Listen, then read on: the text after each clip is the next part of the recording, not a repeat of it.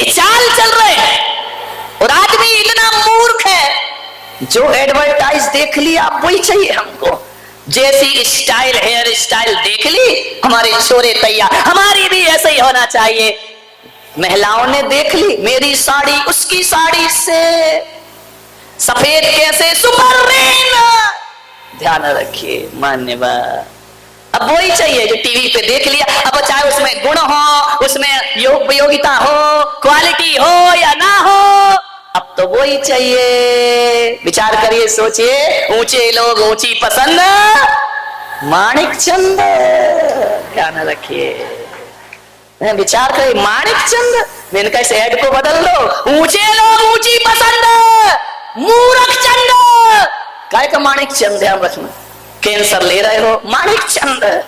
क्या विज्ञापनों की दुनिया आ गई, जो भी देख लिया है? मैंने उस दिन बताया था, यहाँ बाल कटे, यहाँ बाल कटे, बीच में फ्लाई ओवर। ध्यान रखना, क्या दशा है। बाल कटा लिए, घूम रहे हैं। अब भाई टीवी पे देख लिया, वो प्रोफेशनल लोग हैं। अब बताओ, गोविंदा ऐड करता है, काय का नवरत्न तेल, जिंदगी में रामलाल ने लगाया नहीं होगा, सूंघा भी नहीं होगा, या उसे पैसे मिल रहे हैं, तुम्हें क्या मिल रहा है? ध्यान रखना मान्यवर, विचार करिए, विज्ञापन की दुनिया में ज्यादा मत भागो। एक बात याद रखो, मुझे समझ नहीं आता है विज्ञापन किसका होता है। बोलो किसका होता है विज्ञापन? बताओ सेठो, काय का ऐड होता है? जो माल कचरा होता है। ध्यान रखना, बड़े बड़ाई ना करें, बड़े ना बोले बोल, वो हीरा मुख से ना कहे लाख हमारा मोल। ध्यान रखिए, जिसका ऐड चल रहा है वो कचरा ही होगा। ध्यान रखना, कचरा चीज ऐड डालडा का चलता है, देसी घी का ऐड नहीं चलता, वो तो शुद्धि है। ध्यान रखना, विचार करना है, ज्यादा ऐड के चक्कर में मत पड़ो। हम समझदार हैं या जानवर समझदार? मुझे समझ नहीं आता है, एक शाकाहारी प्राणी, एक गाय को, एक बकरी को, एक हाथी को, एक घोड़े को कितना भी टीवी पे ऐड दिखाओ कि संडे हो या मंडे, खाओ अंडे, आदमी शुरू हो जाता है। कभी देखा कोई भैंस विज्ञापन देख के अंडे खा रही हो?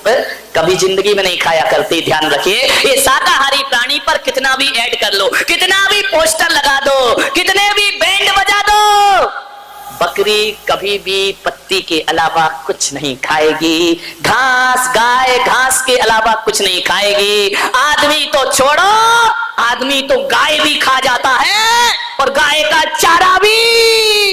लालू चारा ही खा गए गाय का। ध्यान वारे आदमी क्या क्या पचा लेता है, पेट्रोल पचा रहा, यूरिया पचा रहा है। विचार करिए, और तो और जिंदा तो छोड़ो, हमारे देश में तो ताबूत घोटाला भी हो जाया करता। विचार करिए, क्या दशा है इस देश की, क्या खाना क्या। विज्ञापन के पीछे मत भागो, कितनी भी 21वीं सदी विकास कर ले, बकरी पत्ती ही खाती है, गाय घास ही खाएगी।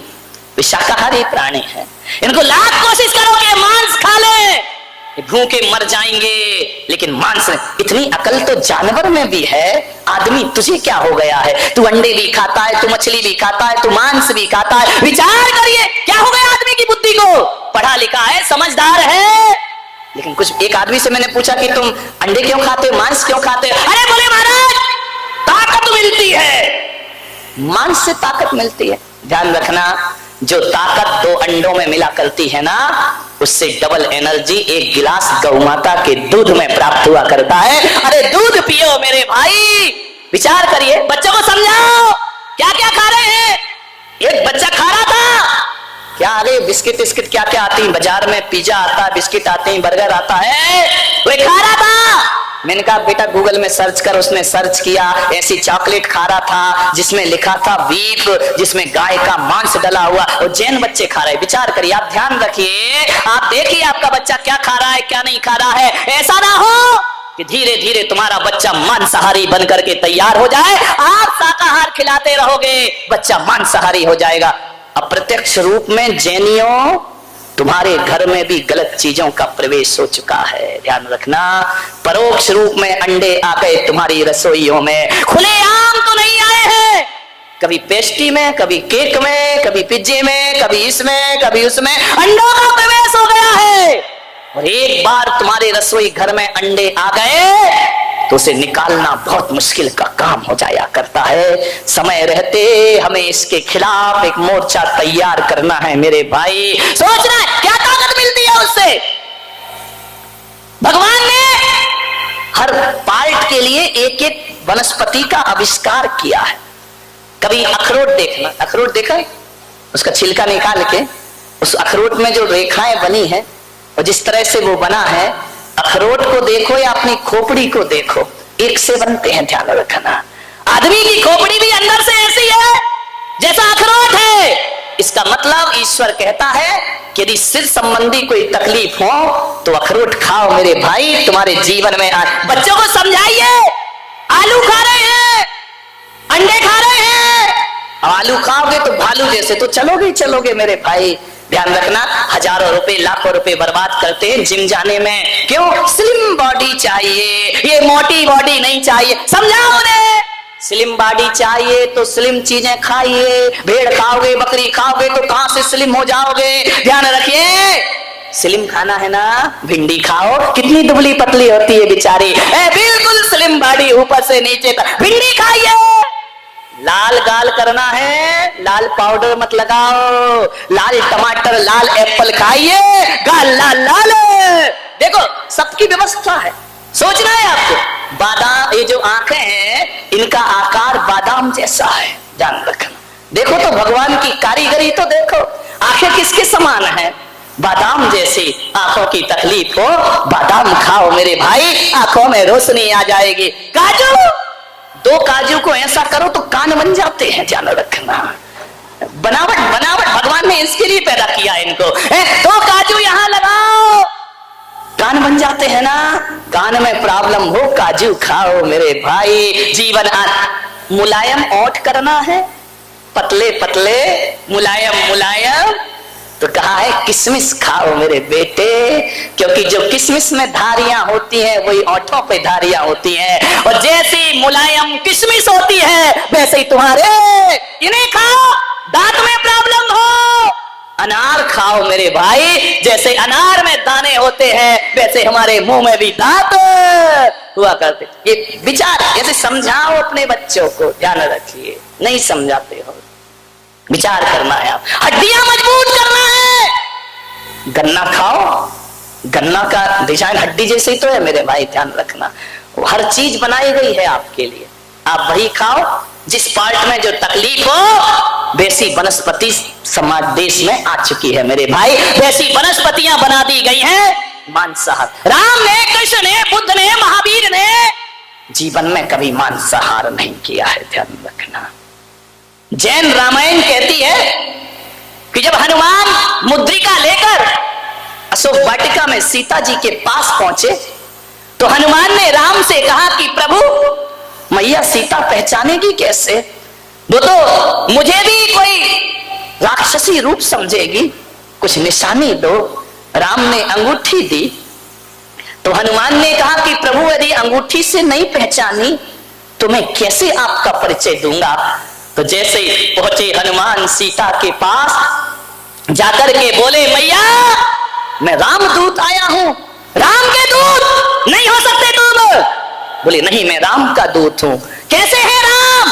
बोले राम वो है जो रात्रि में भोजन नहीं किया करते, वो राम हुआ करते हैं। राम वो है जो मांसाहार नहीं किया करते। राम वो है जो किसी पशु का वध नहीं किया करते। राम वो है जो दया और करुणा हृदय में रखते हैं। सीता ने कहा, जैन रामायण कहती है कि अब तू भी प्रमाणिक है और ये अंगूठी भी प्रमाणिक है। मेरे प्रभु राम अभक्ष का भक्षण नहीं किया करते हैं, ध्यान रखें। ये राम की पहचान थी मेरे भाई। सोचना क्या ताकत मिलती है मांस से।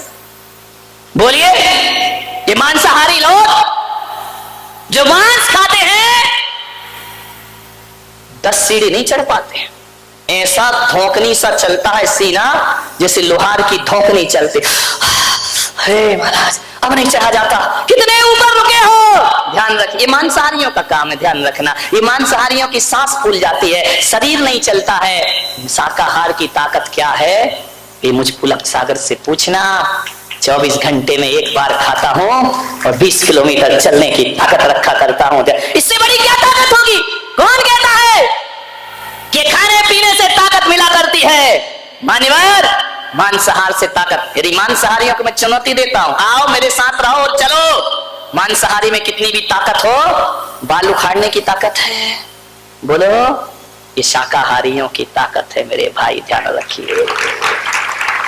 ये शाकाहारी ही नहीं, शुद्ध भोजन की ताकत है कि गर्मी भी सहते हैं, बरसात भी सहते हैं, ठंड भी सहते हैं और हर हाल में आनंदित रहा करते हैं। ये ताकत मांसाहारियों को नहीं मिला करती है। एक बात बताओ, जब भी ताकत की बात आती है तो लॉइन पावर बोला जाता है या हॉर्स पावर बोला जाता है? बोलो, शेर की ताकत नहीं बोले, किसकी ताकत? हॉर्स। हॉर्स माने घोड़ा। शाकाहारी है या मांसाहारी है? बताओ मेरे भाई।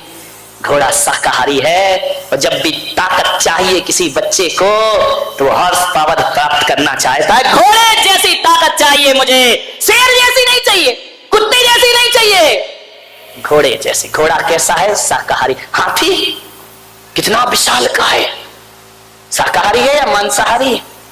शाकाहारी मेरे भाई।